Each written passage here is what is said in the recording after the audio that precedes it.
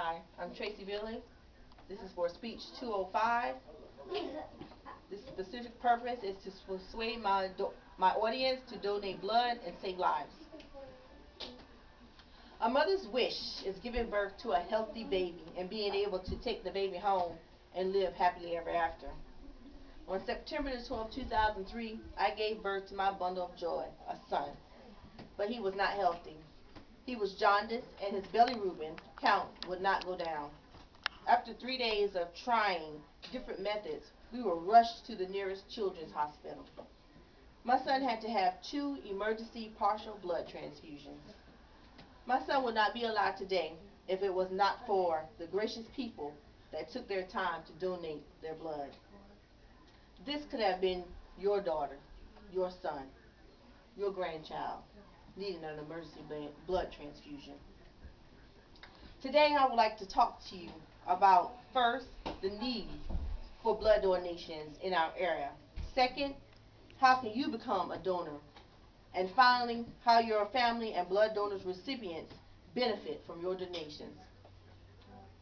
People around the world, but also in Sumter, South Carolina, need blood donations, and they need our help.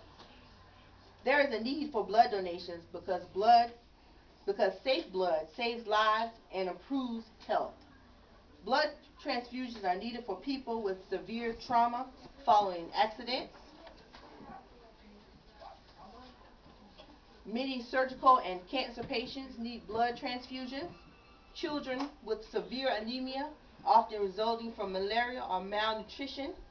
Women with complications of pregnancy, such as hemorrhaging before and during childbirth. And also people with sickle cell disease need blood transfusions for clotting factors. There is a constant need for blood.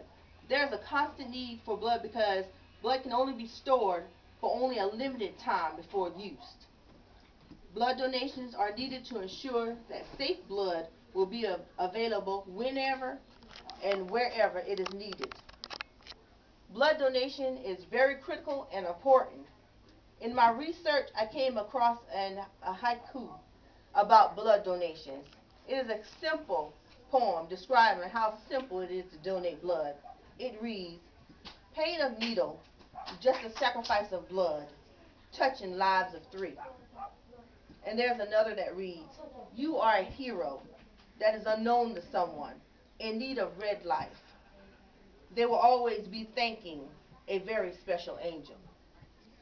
Not only is there a problem around the world, but there is a problem in South Carolina. Only 5% of eligible donors across the nation donate blood, but the number of transfusions nationwide increases by 9% every year. 1 unit of blood can be divided into 3 parts: your red blood cells, your platelets, and plasma. Statistics show that 25% or more of us will require blood at least once in our lifetime.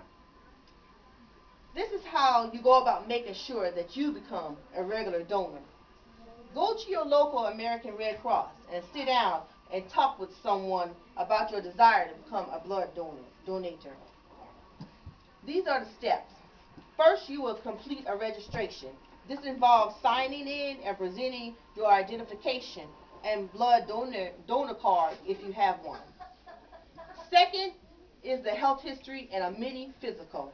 At this time, you will be asked some private and confidential questions about your health history. Your blood pressure, temperature, pulse, and hemoglobin level will be taken at that time. Next is the donation process. They will clean a small area of your arm and insert a brand new needle, sterile needle, for blood draw, which only feels like a quick pinch and is over in a few seconds. And finally is the refreshment process. After donating, they will provide you with a snack and something to drink. And after 10 minutes, you can continue with your normal daily activities. The whole process takes maybe 45 minutes to complete, but the donation process is only 8 to 10 minutes long. Blood donation benefits both the donor's family and the recipient. If you donate your blood, your family and the people who receive your blood will benefit in many ways that we can only imagine. For instance, my son is 8 years old now and healthy because someone donated blood and gave him the gift of life. Okay.